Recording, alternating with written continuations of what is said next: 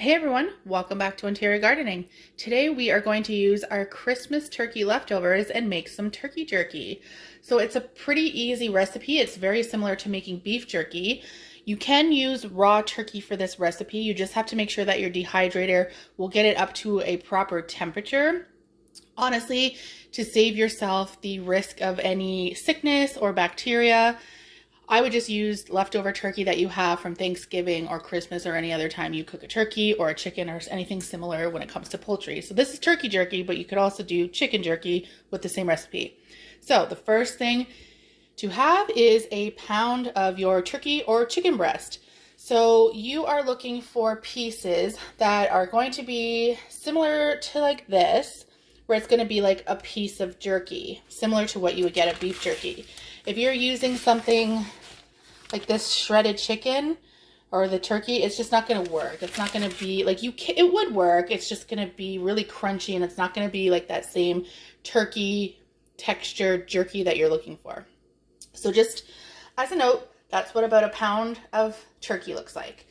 The next thing you're going to need is a bowl and a whisk to whisk in. You're going to do a 1/4 cup of Worcestershire sauce, and we're going to just put this all in the same bowl. A 1/4 cup of soy sauce,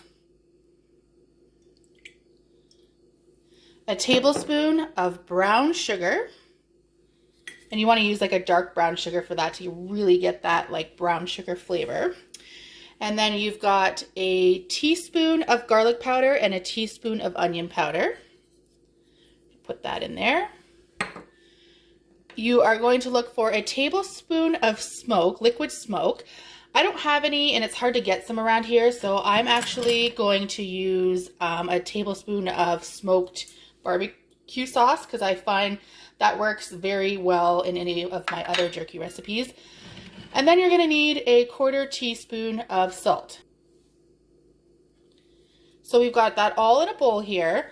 Now we are going to whisk that together, and you're going to know that it's done once the sugar has dissolved into the liquid. So you can kind of see it on the side of the bowl there.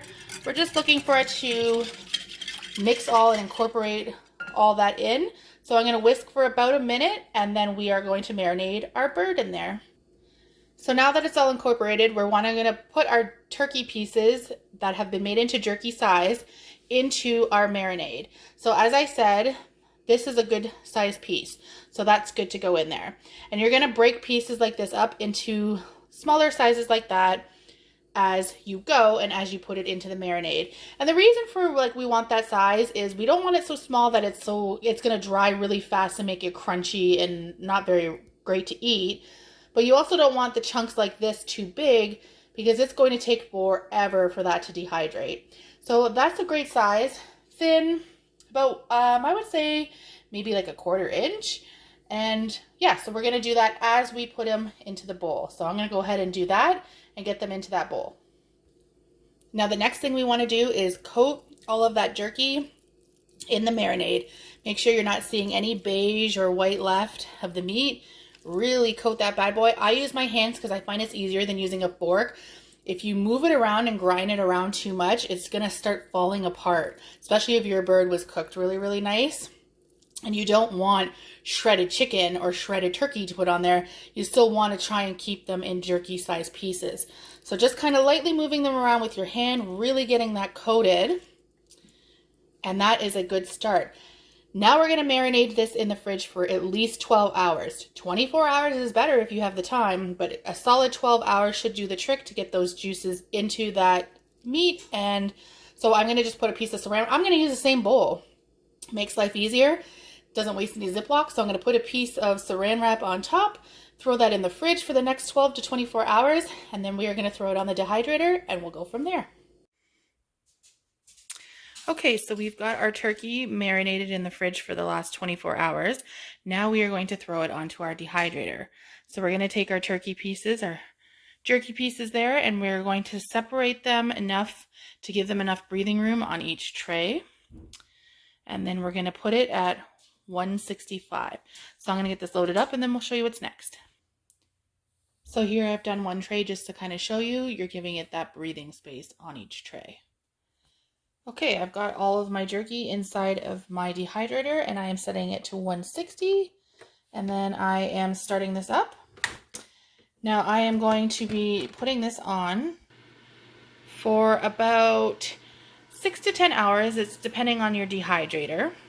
I'm going to start checking it around the 3-minute mark to make sure that it's drying out, and because I have the stackable dehydrator, I might have to rotate the tiers as we go.